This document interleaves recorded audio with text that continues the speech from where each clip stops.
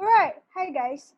So we're just gonna look through some of these questions that were asked. There were many of you that asked a diverse range of questions. So I think the first thing I want to start with is in terms of the 4 strategies that I talked about in the lecture, the clarification, trench warfare, meta rebuttal, and value adding. The first thing I want to say is don't worry about the labels themselves, right? So there are a couple of questions who asked about the naming of those and whether or not we use the word trench warfare, for instance. Please don't use those words in the speech. They are not important at all. Just remember the strategy that is being employed as opposed to the labels given to it. The labels are purely to help you like visualize or understand what that strategy looks like. Don't worry about the actual naming of the label. The second part of this is about which strategy to use in which point at which point in time. And I think the important thing to recognize here is that this could change from debate to debate and based on the strategies that your opponents employ. So it is unlikely that there is a fixed structure that says like first speaker does value add, second speaker does trench warfare. It is unlikely for there to be such kinds of labeling. What is likely is that you will have to adapt based on what happens in the debate. What is the most efficient is that obviously clarification should happen as early as possible. So second speakers should probably be doing the most amount of clarification work as opposed to by third speakers. It might be a bit late if you are like clarifying the details of your policy at third opposition, right? So there are some clarification should happen early, but any of the other 3 categories could happen at any point in time in the debate. I'm inclined to think maybe most of the meta rebuttal stuff are likely to happen at third speaker. That's just because that's how we envision the third speaker role in terms of identifying clashes and that kind of thing.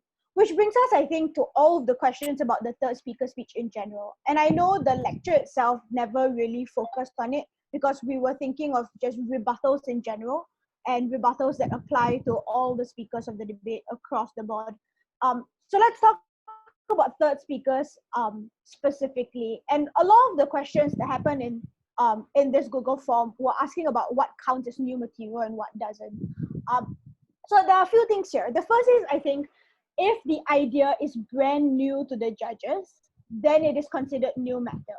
That means if it is something the judges have never previously been introduced to before. Therefore, if you are just merely responding to something that happened in the speaker before you, that is your job as a third speaker to engage with and therefore won't be considered new matter. If you are giving another example to fortify an argument that happened in your second speaker, it is an argument that has already happened before, therefore that is not new matter. If you are defending what has happened in your first speaker because your opponents attacked it, that is not new matter because the argument has already existed and the exchange already existed in the debate. So don't worry about sounding like a lot of what you're saying is new matter. It is not. As long as what you're doing is defending your teammates, adding to the examples or the layers of analysis of an argument that already exists. If you are engaging or responding to something that happened in your opponents, none of this is new matter. All of this is just part of what is the role of a third speaker. What is new matter is if this is the very first time an idea is happening. For instance, if you take an argument that has happened in your second speaker and spin a new conclusion out of it, that is new matter because the other side had no chance to respond to this new conclusion that you're reaching. The other thing that could be considered new matter is if, for instance, as third opposition, you are rebutting to a substantive from first proposition for the first time down the bench, right? Admittedly, I think in terms of strategy, it is probably much better to have the rebuttal late than to not have it at all. So in the way up of whether or not you should make the rebuttal, you probably should, but I would not waste too much time on it because some judges might view that as completely new matter and disregard it. So don't waste time on that. But as much as possible, do engage with everything that happens on the other side, but hopefully everything that should be engaged earlier in the debate would not be your responsibility for the most part, because your first and second speakers should have done it as well. The other question that was asked about third speakers is whether or not the third speaker can make clarifications of policies. It is perfectly fine if these are things that were said in your first speech, but that your opponents have misconstrued or have not heard or have misrepresented in any way, then yes, a third speaker absolutely can come up and go, just to reinforce what our policy was, clarifying this detail because there's been some confusion about it, you can clarify it. However, if the first speaker in your team wasn't clear or was super vague about how the policy was phrased, and then in third speaker you come up and are like, actually we have a 6-step policy process, let me clarify, and then give the 6 steps, that's not clarification anymore, that's a brand new thing, that's new matter. So it also depends on what you consider clarification. If you're just reinforcing something that has already happened in your team, absolutely okay. Just don't like make up new things that happened in the debate at that point. Then that's not clarification.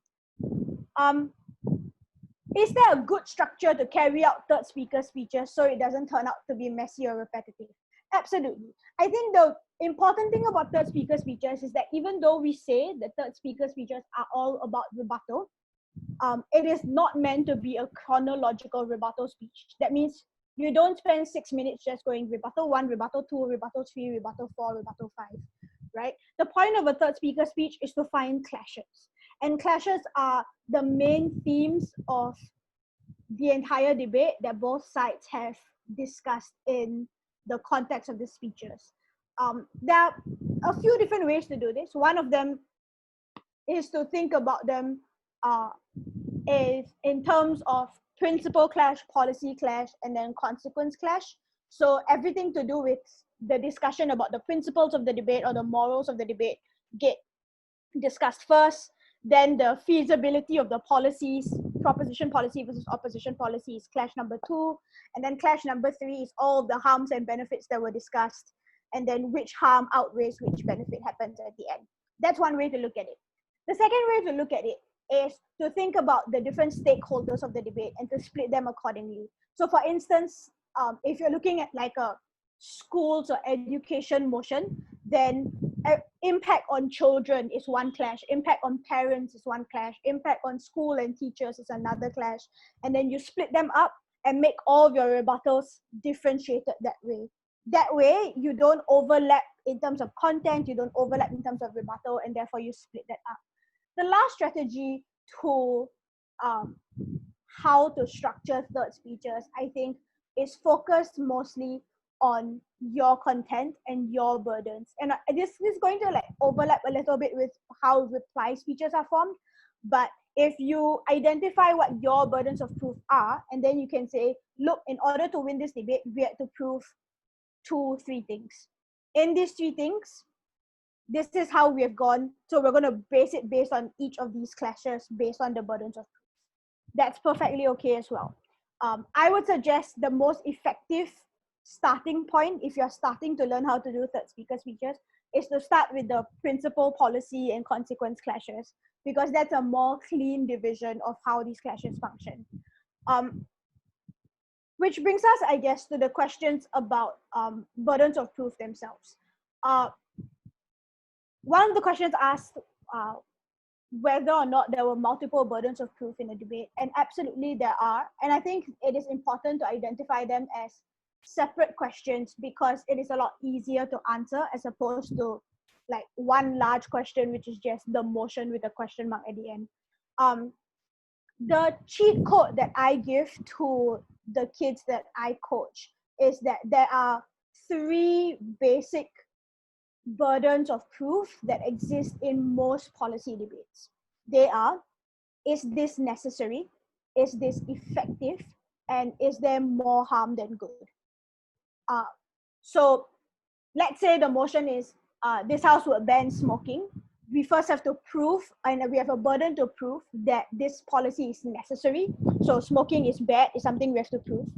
We then have to prove that this is effective, that banning in and of itself is something that will work.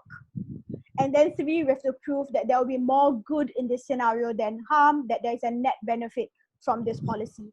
Each of these 3 things are 3 separate burdens of proof that side proposition has.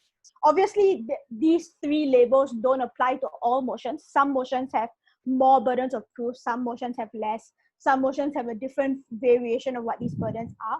But the questions that you ask in burdens of proof also develop into what you should rebut and what you shouldn't rebut. Yeah. Summarizing of the burdens themselves are not exclusively a third speaker or reply speaker job. This is something you can do right at the first speaker speech, right? And just to be like, these are the burdens we are going to defend in this debate. And then every speaker followed by can follow by saying, we said we are going to defend these 3 burdens. This is how we are defending these 3 burdens. And then like rebut each of those burdens separately or specifically. That's basically on that. All right. The last thing then is on this whole bit about like how third speaker should structure and what third speaker should do is, should we rebut a rebuttal? I would say absolutely. That is part of creating defense value for yourself. It is not just about constantly attacking the other side, but it's also about defending your own speech and your own case on your side. So many coaches have used this analogy before, and think about it as 2 buildings being built, and each team is trying to build their own skyscraper. What you have to do is to take a swing at their skyscraper so that your building is always taller than theirs. But the thing to always remember is that if you constantly take a swing at theirs, but you're not rebuilding your own, at the end of the debate, both of you are going to have no building, and there's no point to that.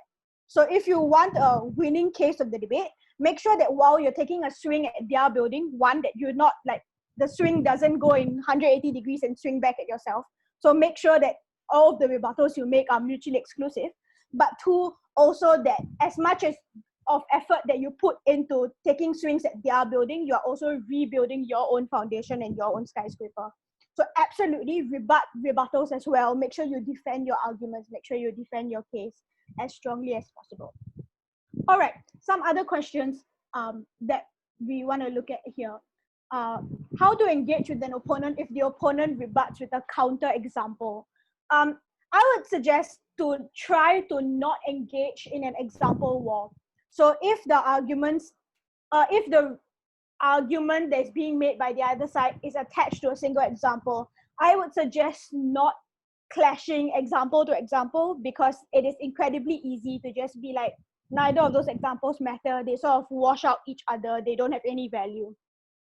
So definitely engage with the point that they were trying to achieve with that example and rebut the main argument as opposed to the example. So even if your opponent does this, right? If your opponent stands up and says, their example is wrong, here's another example to fortify it, I wouldn't like respond to that with a third example. I would just be like, sure, maybe that example is true, but that example is anecdotal evidence. It's only 1 out of thousands of possibilities. Here is the analysis and the logic that backs up our first example just now. It's not about the example, it's about the analysis that happens that proves that that example is valuable. So don't clash example to example that way. What's the most effective way to rebut something that's coming from an opponent when you're very lost in the debate or their mechanism is quite strong? I would say that obviously if you are really in the weeds and have no idea as to how to clash with something that is super strong, the best case scenario would be to focus on fortifying your own case. So you do everything you can to defend their case, and you do everything you can to attack their case, and whatever parts of the case that you can take down, you should. But if you really think that you have no capacity to take down their case and you don't know enough to be able to figure out how to take down their case, then worry more about defending your own case. spend more time analyzing the logic behind your own arguments, your own examples, that kind of thing. So that, again, worst case scenario, even if you can't bring down their skyscraper, maybe your own skyscraper is taller than theirs, right? So think about which strategy best works for defending your own case in that moment. But also, I think, make use of information that you can garner from an edge call. So if you get a motion that you really don't know anything about, you have no basis to understand what the motion is even talking about, you can go approach the edge call and be like, hi, can you explain this motion to me? And the edge call is obligated to give you some basic information, so some basic definitional help about what the words in the motion mean, or some sort of basic information to help you understand what the main clashes of the debate are. In that scenario, use that information to craft what your clashes are, craft what your burdens of proof are, and go from there. All right. How do we make certain points more relevant during the debate? I actually think in debating, relevance comes from exposure in the debate. So if you spend enough time making an argument about it, making examples, defending it in rebuttals, it becomes relevant, right? So if you say it once in the first speech and then never mention it again for the rest of the debate, you have made your own argument irrelevant. So I think the biggest way to make something relevant is to constantly defend it, constantly make sure that it is at the forefront of the judge's mind by making rebuttals about it, making clashes about it, repeating it in reply speech, and gain the kind of consistency from there.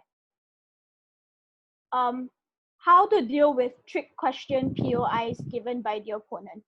I would say the best way to deal with POI, so definitely like take the 2 seconds you need to think about what that question is before you answer. Don't run into answering the question.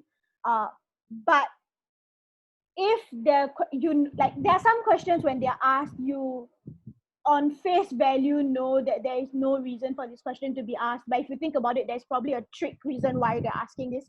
I would make generic claims so that you don't get caught in the trap of how you answered that question. So obviously this is not the most it doesn't show the most amount of integrity in the way you answer this.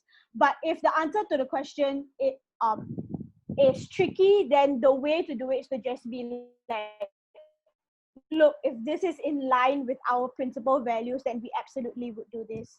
I'm not sure what the value of this is yet. Maybe explain it a bit more and then we will answer it in our next speech. Or something to the effect where you sort of dismiss the necessity for an answer to that question because you don't quite understand what the point you're getting at is or what the trick in the question is yet. Then avoid giving straightforward, direct answers to just that, but to just be like, in general, in a bunch of these other circumstances, we would or we wouldn't do this. But you can explain more, a few more detail later, maybe something to the effect.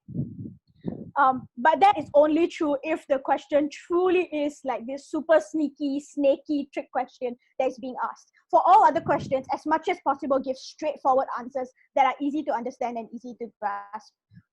Other sneaky questions, you can dodge the question a bit, but for straightforward POIs, definitely answer them directly. This is also true for if they ask you a POI about something you don't really know.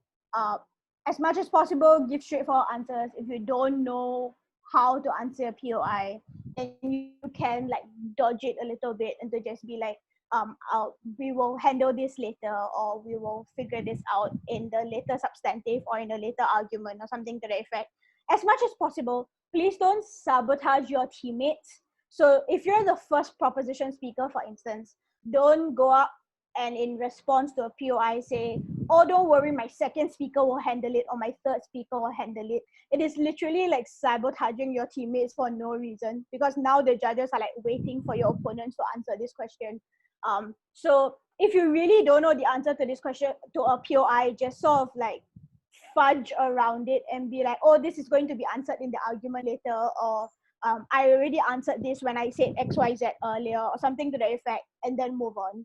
And then if your second and third speaker do know the answer to the question, let them pick it up and handle it properly. But if they don't, at least the spotlight hasn't been put on them to do so, right? So don't like sabotage your teammates by saying, oh, my later speakers will cover this. There was one more question here.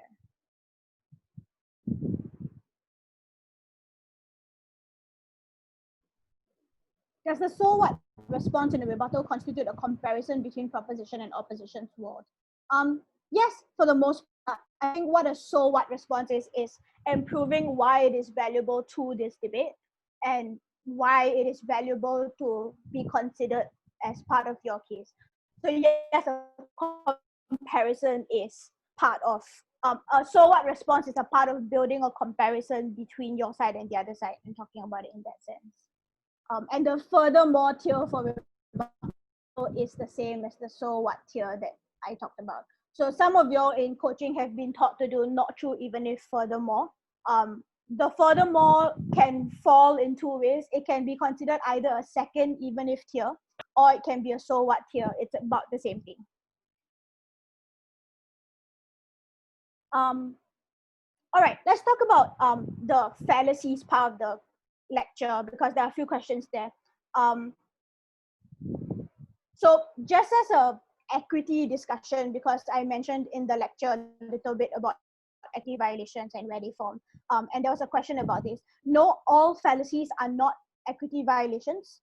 Ad hominem attacks, where you attack the speaker directly, is an equity violation. All of the other fallacies are logical problems that create holes in your case, but they're not equity issues for the tournament. They will just not be as persuasive to the judge. On that front of equity discussions, I would steer away from any and all comments that make it sound like your opponents as people are at fault, as opposed to their case not being clear. So one of the questions that was asked is like, what if I want to say that they didn't have an adequate policy and they didn't do their homework on constructing their policy? Is that an ad hominem still? I think that is on the verge of being an ad hominem, even though it's not a direct insult. So I would avoid making any claims that sound like you're accusing the speakers of doing something, as opposed to just saying that an argument is unclear.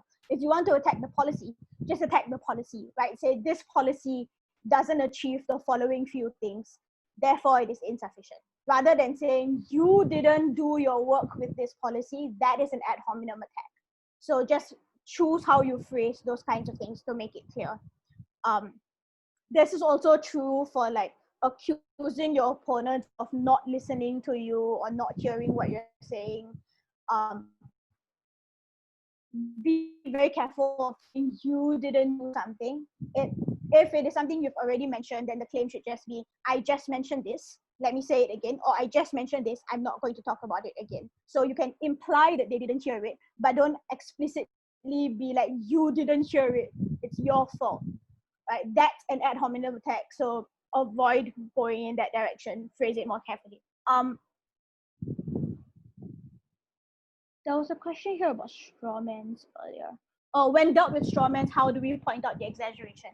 I would say the first thing to do is to absolutely point out the strawman, right? So to be able to just be, look, our point was X, responded to Y. That is not the point we were going for. This is the point we were going for. Therefore, that rebuttal doesn't stand. The second part of it is to then go, even if that response is true or that response matches with our main point, here is why that end game or end goal is still wrong. So when dealing with strawmans, it's not just good enough to point out that that is a strawman, but to also be like, even if it is not a strawman, the end goal that they wanted to achieve is not likely to happen. It's not the truth of what it is. This is what the comparison really is. Like, do some work to bring the debate back to the original point that was initially stated. So like, don't fall into the hole of like making sweeping statements about what your opponent has done. Do some work to break down each of the individual arguments that they are making, even if some of them are strawmans. Like, do the work to break the logic down even in those ideas. Are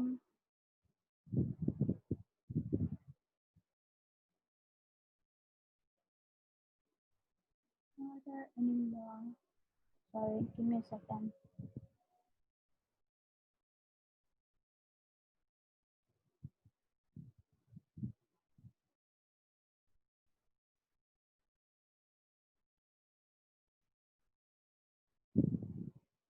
Okay, note taking. Can we do note taking before the debate? I think you can identify burdens of proof before the debate and obviously in prep. You can do the basic structures of note taking if you want to, but I wouldn't do any detailed note taking before the debate, because you need to be able to be adaptable to what happens in the debate. That's the same reason why, for instance, rebuttal sheets, when you have the 1 week prep time, are great. They're great in order to like help you see what the comparisons are and to help you identify what loopholes you might have in your case. But if you go up to a debate round with a fully written prepped rebuttal sheet, then you are unlikely to be as adaptable, because you're going to want to make rebuttals that already exist in that square form on that paper. So don't do too much rebuttal prep in prep time. Focus on what the comparisons might be, what are the things you might have to respond to. Start thinking about that, but don't craft very fixed ideas of what rebuttals should be in prep. Focus more on your own case and all of those parts of things. Must we track our own teammates' speech as well? I would say you don't have to track it in as detailed a way as you should track an opponent's speech, but you should still be fully aware of what has been covered and what hasn't been covered by your teammate. And I think there are two ways to do this. One is obviously you can track as your speaker is speaking and write down all of the things that they have said. The other way to do it, for instance, if for example, if you're super busy and you're like writing your clashes and writing your rebuttals and trying to figure out POIs and you don't have the time to listen to your opponents, this is when you depend on your teammate. So either the other teammate who is not speaking can help you do the tracking of your teammate, or when the teammate returns to sit down next to you, you can ask them to give you a piece of paper with the bullet point summary of all of the things they covered. I usually in tournaments do this via post-it notes. So I always give post-it notes to my teammate and go, can you write the headings of your substantive for me? Or can you write the 3 points of the policy for me? And then I will use those post-it notes and paste it on the relevant parts of my paper when I go up to make the speech. That way, even if I didn't have time to track my teammates will do the tracking for me and give it to me and then do it accordingly. So use the advantage of having teammates to your benefit.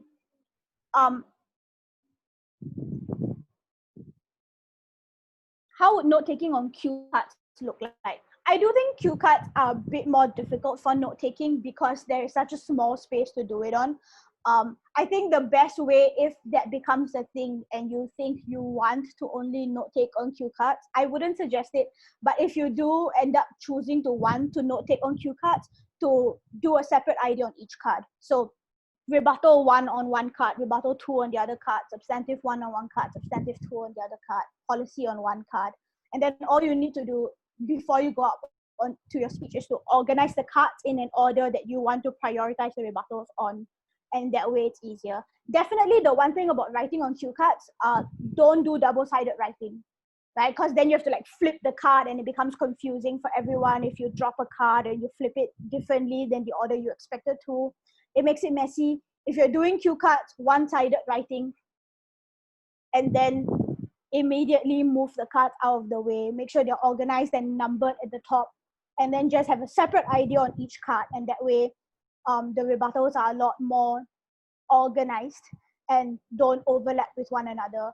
And if there are any points where you have to like draw arrows between two cards, then make sure those two cards are like back to back with one another, and the arrows are still can be drawn when they get connected. I think that might cover it all.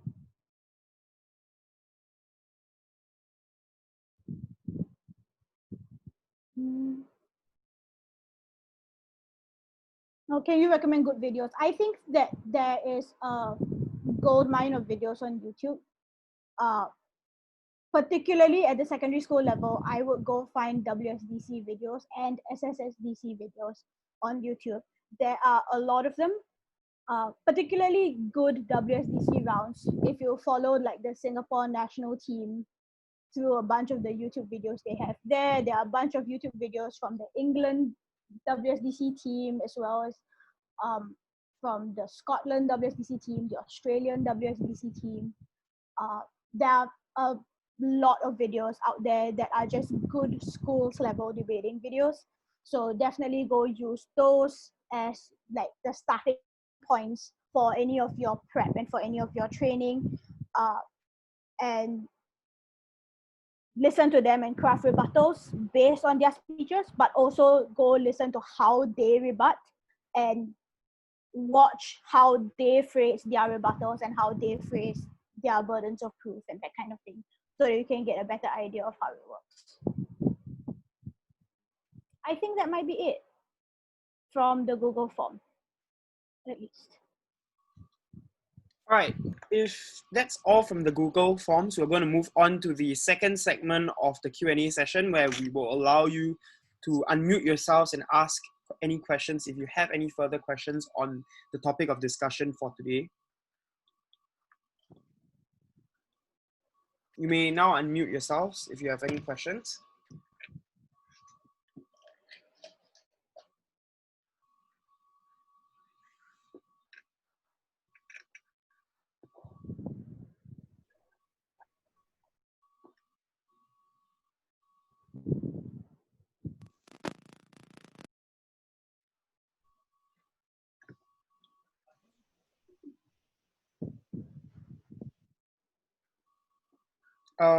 We are unable to hear you if you are asking a question.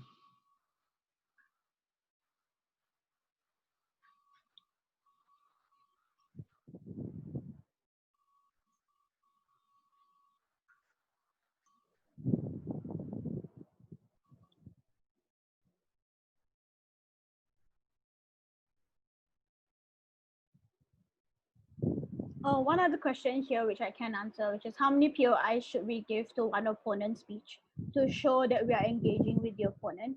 I don't think that there is a fixed number on this. Obviously, try and ask like at least 2, 3, 4 POIs per speech to make sure that you are seen as engaging and knowing what you're doing. But don't heckle or berate the speaker, obviously. So don't try and do this whole like 25 POIs in one speech thing. I think as long as you ask a POI twice, 3 times in a speech, you are seen as attempting to engage. But I wouldn't put a fixed number on it in any way.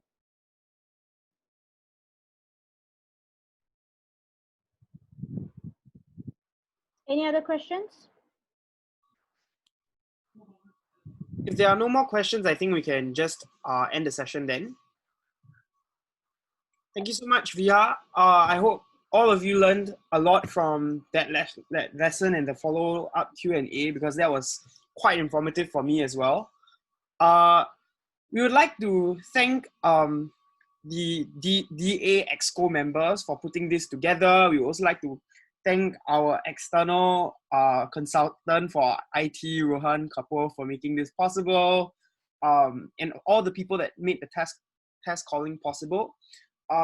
A couple of reminders. The first is that if you are joining the next call on debate psychology, please make sure that when you join the call, your Zoom name matches the Zoom name that you've registered with. So please do not come in with only your first name.